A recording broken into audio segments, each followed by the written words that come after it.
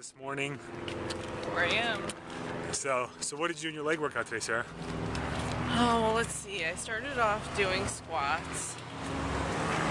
Limited myself to 25 pounds per side because I was doing real squats without a Smith machine. Then I moved over to leg presses. I actually had a new record on my leg press this morning. How much did you do? I did 45 plus 25 is 70, so 70 pounds per side. Good. And then I did hanging leg raises. Nice. And I did another ab exercise on one of the machines. Then I did leg extensions. Then I did hamstring curls. And then I actually warmed up for 10 minutes on the treadmill. I did some running. And then that was it. So In an hour. All So- over an hour. as of right now, I haven't been in the gym with you in a couple weeks, or it's been maybe a month or something. We usually weigh ourselves on leg day or after we're done doing legs. How much do you think you're weighing right now? I think I'm about 120. Okay, and you're how tall? 5'6.5". I'd say 5'7". 5'7". Okay. So talk about like what you eat as a girl, like what keeps muscle mass on your body, keeps body fat low, and keeps you in good shape. What are you eating? Like go through a typical day. Like what will you eat today? Well, believe it or not, just because I know I should eat more meat because I lift weights 3 times a week, but for me, I'm just not much of a meat person. So I tend to go towards powders, the caseins and the whey protein powders mostly. And then I eat a ton of nuts and peanuts and legumes, and I do a lot of beans. I wouldn't say I'm a vegetarian, but I don't really eat meat maybe once or twice a week. And if I do, it's turkey, it's a poultry, or it's tuna. So fins or feathers for me mostly. But other than that, just regular fat sources of walnuts, almonds, peanuts. That's pretty much it. So give me a typical meal today. What were you eating today? So, for instance, this morning when I got out of the gym post-workout, whey protein shake, cream of wheat. Then a couple hours later I had vegetables with yogurt sauce that I make myself. Just plain fat-free yogurt. And then I had some, I had another whey shake, whey and casein shake for my protein source, and then my fat was almonds and walnuts, and I had that mixed up with a mango, so that was my carbs. My next meal will be, actually I used some rice protein powder mixed with a little bit of casein for my next meal, and oatmeal and almonds, so that's my next meal. Okay. How about after that? After that, for dinner, I'll have a salad with probably some cauliflower, some broccoli, probably some cheese. I'll probably do another shake. Gotcha. Is that it for the day then? Pretty much, yeah. I mean, I'll probably have a couple more pieces of fruit later on, but aside from that, I keep it pretty much whole foods. That's it, just whole foods. Gotcha. Yeah, I mean, you know, something I thought about myself here as we were walking. You know, I hear people talking about cheating. You know, hey, I'm going to have a cheat meal, or I'm going to eat this, that, you know, it's a cheat, be it what it is. I've said this before, and I'll say it, you know, like, I think if you're eating pizza, you're fine. There's no reason why you can't eat pizza. I think for us, it's become more of a palate change, you know. 21 days changes a habit.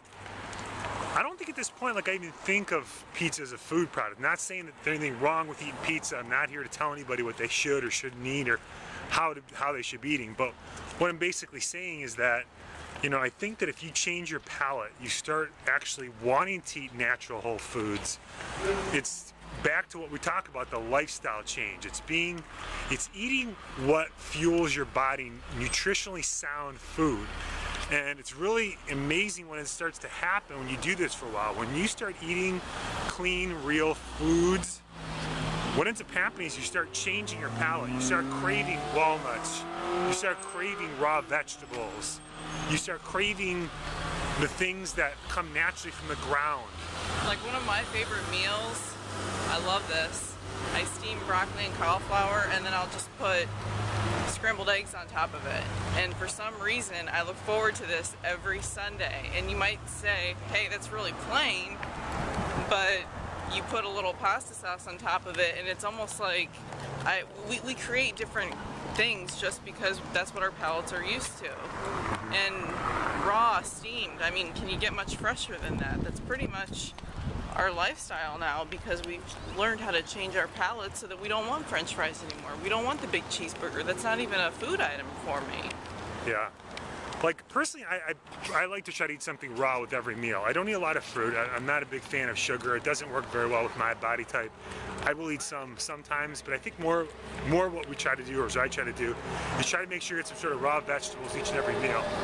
You know, I say this like the healing herbs, the parsley, the cilantro, basil, fennel. These things are healing herbs. These are the things that keep you healthy.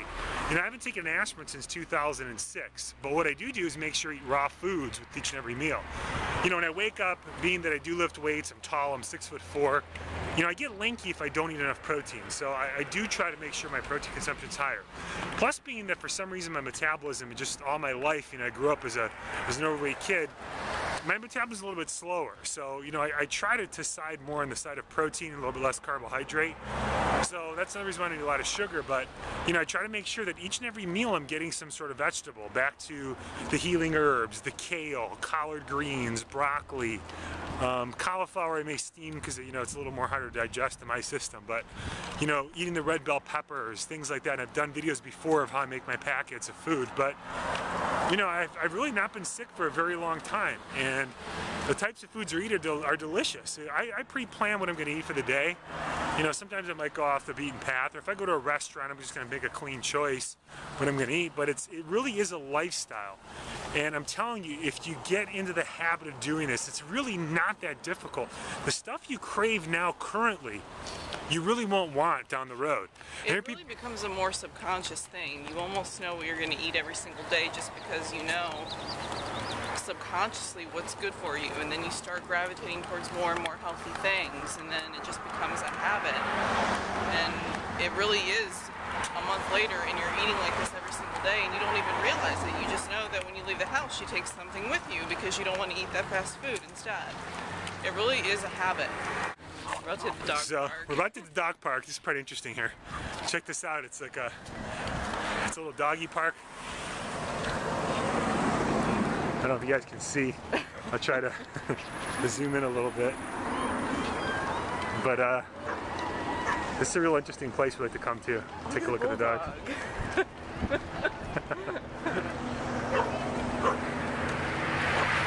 Pretty cool. So yeah, guys, we're going to enjoy our walk, and we'll come back to you guys and talk a little bit more about things. But just kind of wanted to just make a quick video, just kind of talk about our food and what we're doing for the day. So we'll talk soon here, guys. Have a great afternoon. Adios.